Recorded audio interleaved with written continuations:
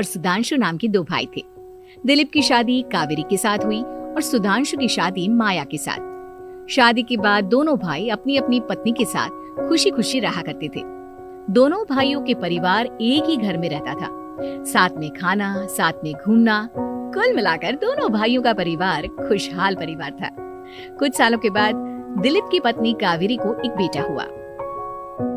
भैया, आज मैं बहुत खुश हूँ, चाचा बन गया हूँ मैं।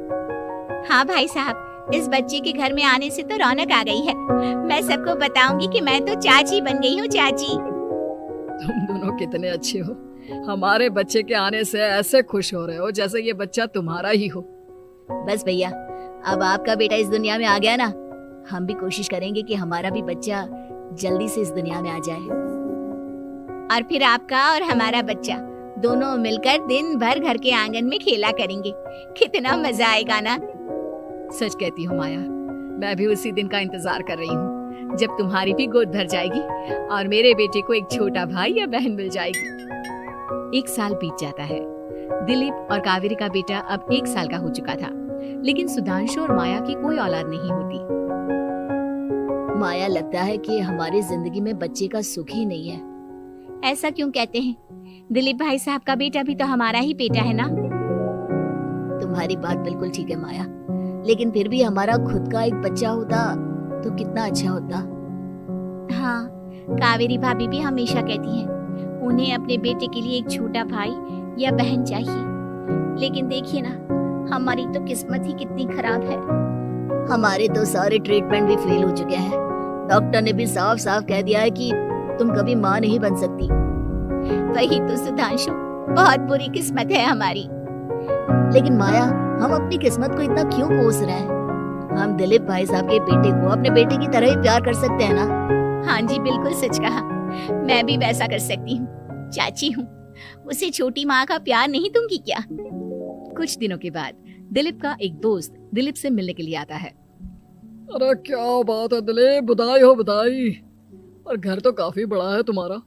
वैसे तुमने अपने बेटे के बारे में क्या सोचा है? भैया, और क्या सोचेंगे, बस उसे पढ़ा लिखा कर अफसर बनाएंगे, उसकी पढ़ाई पर खर्च करेंगे। अरे भाभी, आपकी तो इतनी सारी प्रॉपर्टी है, आपको किस बात की चिंता?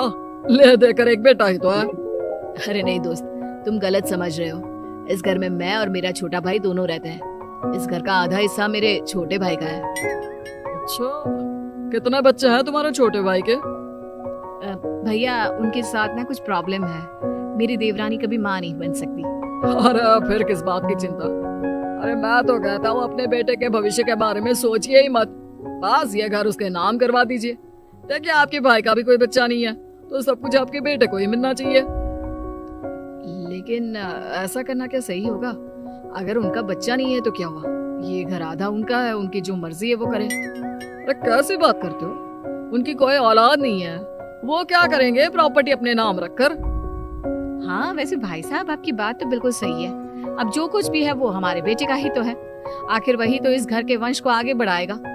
मैं कल ही देवर जी से बात करती हूँ। अगले दिन सुधांशु और माया, इधर आओ, तुम दोनों से बहुत जरूरी बात करनी है मुझे। बताइए ना भाभी, क्या बात है? आपको कहीं जाना है तो आप अपने बेटे को मेरे पास छोड़कर जाइए, मैं ही पूरा दिन रख लूंगी उसे। अरे नहीं माया, वो तो मुझे पता है। मैं किसी और चीज के बारे में बात करना चाहती हूँ। बताइए ना भाभी, क्या बात है? देखिए देवर जी, आपका कोई बच्चा है नहीं, लेकिन मैं जानती हूँ कि आप हमारे बेटे को अपने बेटे की तरह ही प्यार करते हैं। भाभी, बेटे की तरह नहीं, वो हमारा ही बेटा है। मेरे लिए तो वो मेरा ही बच्चा है। वही तो फिर क्यों ना ये सारी प्रॉपर्टी हम मेरे बेटे के नाम करवा दे, क्योंकि तुम्हारा हो या मेरा, हम सबका एक ही तो है बेटा। लेकिन भाभी, अभी तो वो सिर्फ 1 साल का है। अभी से प्रॉपर्टी उसके नाम करवाने का क्या मतलब है? देखिए देवर जी, जो काम जितना जल्दी हो जाए ना उतना अच्छा। आने वाले वक्त का क्या भरोसा। भाभी, भरोसा क्यों नहीं, हम तो हमेशा आपके बेटे को माँ बाप की तरह ही प्यार करेंगे। हाँ, लेकिन फिर भी मैं चाहती हूँ कि ये सारी प्रॉपर्टी मेरे बेटे के नाम हो जाए। अब मुझे नहीं लगता तुम दोनों को इसमें कोई भी परेशानी होगी, है ना? भाभी, वैसे तो आप जो कह रही हैं वो बहुत जल्दबाजी है, लेकिन फिर भी अगर आपको ऐसा लगता है तो ठीक है। कल ही प्रॉपर्टी के पेपर बनवा लीजिए, मैं और माया उस पर साइन कर देंगे। इस तरह से अगले दिन प्रॉपर्टी के पेपर बनवाकर सारी प्रॉपर्टी दिलीप और कावेरी के बेटे के नाम पर करवा दी जाती है। कुछ दिनों के बाद सुधांशु, सुबह सुबह ये कौन लोग आ गए हैं तुम्हारे घर पर? भैया वो ऊपर वाला कमरा खाली पड़ा था ना, सोच रहा था किराएदार रख देता हूँ। लेकिन किराएदार रखने से पहले आपने हमसे पूछा भी नहीं। भाभी, इसमें आपसे पूछने वाली क्या बात थी? हमें एक ही कमरे की जरूरत थी, इसलिए सोचा दूसरा कमरा किराए पर दे देते हैं, कुछ इनकम हो जाएगी। अरे माया, ये सारी प्रॉपर्टी अब मेरे बेटे के नाम पर है और यहाँ पर जो कुछ भी होगा उसके लिए तुम्हें मेरी या दिलीप की परमिशन तो लेनी पड़ेगी ना। हाँ सुधांशु, तुम्हारी भाभी ठीक ही तो कह रही है। अब देखो, तुमने खुद अपने हाथों से ये प्रॉपर्टी हमारे बेटे के नाम की है, वह अभी बहुत छोटा है, तो इस घर से रिलेटेड सारे फैसले तुम्हें हमसे पूछ कर लेने चाहिए। भाभी, हमें तो लगा था कि आप हम लोगों से बहुत प्यार करती हैं, लेकिन आप तो हमारे साथ भेदभाव करने लगी। अरे, इसमें भेदभाव करने वाली क्या बात है? और मैंने कौन सा तुमसे कुछ गलत मांग लिया? अरे ले देकर मेरा बेटा इकलौता इस पूरे वंश का वारिस है, सब कुछ उसके नाम है। तुम्हें इस बात से जलन क्यों हो रही है? भाभी, माया को जलन नहीं हो रही, वो तो बस ऐसे ही कह रही थी। सब जानती हूँ मैं, इसकी खुद की तो कोई औलाद पैदा नहीं हुई, बस इसीलिए जब देखो तब मेरे बेटे पर बुरी नजर डालती रहती है। देखो माया, कावेरी तुमसे बड़ी है, वो जैसा कहती है वैसा करो। और वैसे भी इस घर पर अब तुम लोगों का कोई अधिकार नहीं है, वो तो हम लोगों की भलाई समझो जो तुम्हें अभी तक यहाँ रहने दिया है। भैया, आप इतने कैसे बदल गए? इस प्रॉपर्टी ने आपके दिल से हमारे लिए प्यार पूरी तरह खत्म कर दिया है क्या? इसी तरह वक्त बीतता जाता है और देखते देखते दिलीप और कावेरी का बेटा प्रणव 25 साल का हो जाता है और उसकी नौकरी लग जाती है। पापा, आज मेरा अपॉइंटमेंट लेटर आ गया है, मैंने सिंगापुर में जॉब ज्वाइन कर ली है। लेकिन प्रणव, विदेश में नौकरी करने जाने से पहले तुम्हें कम से कम अपने मम्मी पापा से एक बार पूछना चाहिए था ना। इसमें पूछने वाली क्या बात है माँ? मैं सिंगापुर जाकर जॉब करना चाहता हूँ तो करना चाहता हूँ। देखो प्रणव, हमने तुम्हारे लिए इतनी सारी प्रॉपर्टी यहाँ पर रखी हुई है, उन सब का क्या होगा? यहाँ रहो, बिजनेस करो। सॉरी पापा, मैं यहाँ रहकर कोई बिजनेस नहीं करने वाला, और ये जितनी भी प्रॉपर्टी आपने मेरे लिए संभाल कर रखी है ना, ऐसे ही किसी को दान में दे दीजिए, क्योंकि मैं सिंगापुर से वापस इंडिया आकर कभी नहीं रहने वाला। दिमाग खराब हो गया है तेरा, जानता नहीं तेरी वजह से हमने तेरे चाचा चाची से लड़ाई करके पूरा घर तेरे नाम करवा दिया था। हाँ, तो ऐसा करने से पहले आपको सोचना चाहिए था ना। और मम्मा, मैं तो वैसे भी उस वक्त 1 साल का था, मेरा इस मैटर से कोई लेना देना नहीं है। कैसी बात कर रहा है ये लड़का? अरे तेरी वजह से अपने छोटे भाई से दुश्मनी लेकर बैठा हूँ मैंने तो उसे घर से भी निकाल दिया। जानता नहीं तू, बाजू वाले घर में एक छोटा सा कमरा किराए पर लेकर रहते हैं तेरे चाचा चाची, और ये सब मैंने तेरे लिए किया। देखिए पापा, आपने जो कुछ भी किया अपने लिए किया। मैंने आपसे कब कहा था कि मुझे ये प्रॉपर्टी और घर चाहिए? और वैसे भी अपने भाई के साथ इस तरह का बिहेव करके आपने कोई अच्छा काम तो किया नहीं। तू सही कह रहा है बेटा, हमने तेरे चक्कर में अपने छोटे भाई जैसे देवर और बहन जैसी देवरानी को इस घर से निकाल दिया। बहुत बड़ी गलती हो गई मुझसे। ठीक है मॉम, तो अब आप अपनी गलती सुधारो, लेकिन मुझे तो फॉरेन जाना है, मैं वहीं जाऊंगा। अब आगे क्या करना है ये आपका डिसीजन है। और प्रणव सिंगापुर जॉब करने के लिए चला जाता है। कुछ दिनों के बाद जब दिलीप और कावेरी को अपनी गलती का एहसास होता है तो वो सुधांशु के घर पहुंचती है। सुधांशु, माया, हमें माफ कर दो, हमसे बहुत बड़ी गलती हो गई। क्या हुआ भाभी? आज इतने सालों के बाद अब हम गरीब लोगों के घर क्या करने आई हैं? भाभी, हमने तो खुशी खुशी अपने भतीजे को सब कुछ दे दिया, अब हमारे पास कुछ भी नहीं बचा है। भाई, मुझसे बहुत बड़ी गलती हो गई, जो तेरे जैसे भाई को मैंने प्रॉपर्टी के चक्कर में घर से निकाला, और जिसके लिए मैंने ये सब कुछ किया वो खुद ही विदेश चला गया।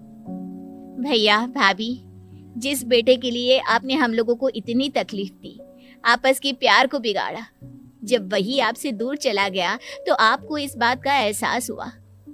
लेकिन माफ कीजिए, अब हम आपके साथ रहने के लिए उस घर में नहीं आ सकते। नहीं नहीं माया, ऐसा मत कहो, मुझसे बहुत बड़ी गलती हो गई, प्लीज वापस चलो, मैं वो घर फिर से तुम्हारे नाम कर देती हूँ। भाभी, मैं उस घर का क्या करूंगी? किसके लिए? मेरा कोई बच्चा नहीं, मैं तो बस जिंदगी भर आप लोगों के साथ प्यार से रहना चाहती थी। प्रणव को अपने बेटे की तरह प्यार करना चाहती थी, लेकिन आपने मुझसे वो अधिकार छीन लिया। भाभी और भैया, एक सवाल पूछना चाहता हूँ आप लोगों से।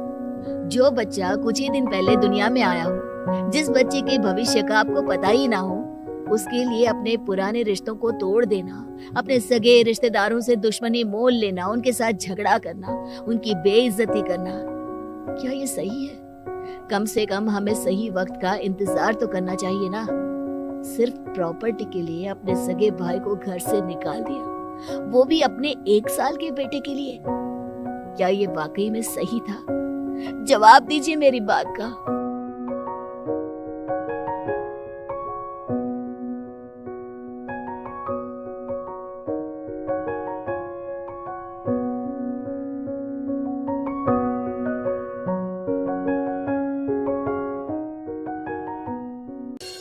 ये क्या है बहू, सुबह से घर का काम करती रहती है, फिर ऑफिस जाती है और बच्चों में लगी रहती है। अरे ऑफिस क्यों नहीं छोड़ देती, या फिर घर के लिए कोई नौकरानी रख ले। कैसी बात कर रही है माँ? जानती तो है ना अभी इनके ऊपर कितना लोन है। थोड़ा ही सही मदद कर देती हूँ तो अच्छा लगता है, और अभी उनको मेरे पैसे की जरूरत भी तो है। सुधा चंदर को बचपन से प्यार करती थी। एक ही मोहल्ले में खेल कूद कर बड़े हुए दोनों। जहाँ सुधा संपन्न परिवार से थी, तो वहीं चंदर का परिवार आर्थिक परेशानियों से जूझता ही रहा। लेकिन सुधा की जिद के आगे किसी की नहीं चली। सुधा, कल ऑफिस जल्दी जाना है और 2 दिन के लिए गुजरात ऑफिस के काम से भी जाना होगा। अरे कैसी बात कर रहा है बेटा, बहू को अगले महीने बच्चा होने वाला है, इस वक्त तो उसके साथ रहे। अरे कोई बात नहीं ना माँ, उनको जरूरी काम होगा, वरना मेरा चंदर ऐसे वक्त में मुझे छोड़कर कभी नहीं जाता। चंदर सुबह घर से निकलता तो आधी रात को घर में घुसता, वो भी शराब के नशे में। चंदर की माँ उसे खूब समझाती। अरे माँ, देख रही हो ना कितना कर्जा है सर पर, काम करना पड़ता है। दिन रात काम नहीं करूँगा तो घर कैसे चलेगा। अरे लेकिन बहू को भी तो देख लिया कर, इस हालत में भी घर का बाहर का सारा काम करती है। चंदर तो जैसे माँ की बात सुनकर भी अनसुना कर देता है। ऑफिस के बाद चंदर का फोन माँ के पास आता है। माँ, वो ऑफिस के काम से आज रात के लिए पास के शहर के ऑफिस जाना पड़ रहा है, कल सुबह आ जाऊंगा। सुधा रात को कमरे में सो रही होती है कि उसके पेट में दर्द होता है। सुधा चंदर को वीडियो कॉल करती है। इनको फोन कर लो, शायद कुछ आराम मिले। लेकिन 10 बार फोन करने पर भी वो सुधा का फोन नहीं उठाता। ऑफिस के काम से गए हैं, हो सकता है बिजी हो। कितनी मेहनत कर रहे हैं हम लोगों के लिए। सुधा सो तो जाती है, लेकिन अकेले उससे कमरे में डर लगता है। अगले रोज चंदर घर आता है, जहाँ सुधा ऑफिस जाने के लिए तैयार हो रही थी। तुम आज भी ऑफिस जाओगे? कल रात भर तो ड्यूटी की है, थक जाओगे, छुट्टी ले लो ना। अरे नहीं नहीं, कैसी बात कर रही हो, ये तो पॉसिबल ही नहीं है। अच्छा रुको, मैं जल्दी से तुम्हारा खाना और नाश्ता बना देती हूँ। बेचारी सुधा ऑफिस जाना छोड़कर लग जाती है पति के लिए खाना बनाने, उसके कपड़े प्रेस करने और जरूरत का सामान मुहैया कराने के लिए। हो सके तो रात की ड्यूटी मत लिया करो ना, मुझे बहुत डर लगता है। अरे यार क्या है, तुम तो ऐसे बिहेव कर रही हो कि तुम ही अकेली हो जिसे बच्चा होने वाला है। इतने लोगों के पति जो काम के सिलसिले में बाहर होते हैं, उनका क्या? सुधा को चंदर के मुंह से ये बातें अजीब लगती है। अरे हुआ क्या है तुमको? पहले तो तुम मेरा कितना ख्याल रखते थे, मेरे पास रहते थे, मेरी दवा से लेकर खाने पीने तक का सारा ख्याल। और अब इस बार तो तुम एक दफा भी मेरे साथ डॉक्टर के पास नहीं आए, क्यों? अरे पागल हो गई हो क्या? पागल वाली बात कर रही हो। काम धंधा देखो या फिर तुम्हें लेकर टहलता फिरो। और मुझे शुक्रवार की रात को काम से निकलना है, सोमवार आऊंगा। सुधा को समझ में नहीं आता कि क्यों अचानक से चंदर को फील्ड का काम मिल गया है। लेकिन एक दिन, सुधा, मैं और चंदर जरा एक रिश्तेदार के घर जा रहे हैं, तुम भी तैयार हो जाओ, घर में अकेली कैसी रहोगी? अरे नहीं नहीं, इस हालत में इसे लेकर जाना ठीक नहीं है। अरे लेकिन मैं ऑफिस भी तो जाती हूँ, फिर घर में अकेले। चंदर उसकी कोई बात नहीं सुनता। वो सीधा कार निकालकर माँ को लेकर चला जाता है। सुधा घर के काम में लग जाती है कि अचानक उसकी नजर चंदर के बैग पर पड़ती है, जिसमें एक कागज दिखाई देता है। इनके कागज भी ना इधर उधर फैले होते हैं, एक भी खो जाएगा तो बवाल करेंगे। लेकिन जैसे ही सुधा वो कागज खोलकर देखती है तो वो सदमे में आ जाती है। दरअसल वो कागज नहीं, बल्कि चंदर और उसके ऑफिस में काम करने वाली लड़की चांदनी की गोवा की टिकट होती है। सुधा चंदर के बैग को खोलकर देखती है तो उसे होटल के बिल से लेकर महंगे गिफ्ट्स और दूसरे शहरों के टिकट मिलते हैं। सुधा को समझते देर नहीं लगती कि उसका पति किसी और लड़की के साथ है। चंदर के आने पर सुधा उससे बात करती है। अरे नहीं नहीं, ऐसा कुछ नहीं है, तुमको गलतफहमी हो गई है। लेकिन जब सुधा के सवाल तीखे हो जाते हैं तो चंदर को अपनी गलती माननी पड़ती है और वो सुधा से माफी मांग लेता है। सुधा फैसला कर लेती है कि वो चंदर को छोड़ देगी। बच्चे और सामान को लेकर वो घर से निकल ही रही होती है कि सास उसे रोकती है। कहाँ जाएगी बेटा, रुक जा। चंदर को सुधा का जाना खल नहीं रहा था। वो झूठे मुंह भी उसे रोकने की कोशिश ही नहीं कर रहा था। सुधा चंदर को देखती है और मायके चली जाती है। मायके में माँ कहती है, अरे आज से कैसे घर छोड़कर आ गई? कौन सा चंदर तुझे छोड़ रहा था? माफी तो मांग ली थी ना। देखो बेटा, बेटी डोली में जाती है और अर्थी में ही निकलती है। पर पापा, मेरा आत्मसम्मान, उसका क्या? आपने मुझे पढ़ाया लिखाया है, इस लायक बनाया कि मैं खुद का खर्चा उठा सकूं, बेटी को पढ़ा सकूं, एक अच्छा जीवन पाऊं। अरे लेकिन पति की जरूरत तो होती है ना सुधा दीदी, और अगर आपको नहीं है तो इस बच्ची का सोचो जो अपने पिता से इस कदर जुड़ी है। आने वाले बच्चे की सोचो जिसके आने से पहले ही आपने पिता का प्यार से दूर करने की सोच ली। सुधा फोन देखती है लेकिन चंदर का कोई कॉल नहीं होता। वो समझ नहीं पाती कि अपने आत्मसम्मान के बारे में सोचे या बच्चों के बारे में। मम्मी, हम नाना नानी के घर से दादी और पापा के पास कब जाएंगे? नहीं जाएंगे बेटा, अब यहीं रहेंगे। नहीं मम्मी, मैं पापा के पास जाऊंगी, मुझे दादी के साथ रहना है। और मेरे साथ? हाँ, आपके साथ भी तो, सबके साथ माँ। देखो सुधा दीदी, आपके सर पर पिता का साया होना जरूरी होता है।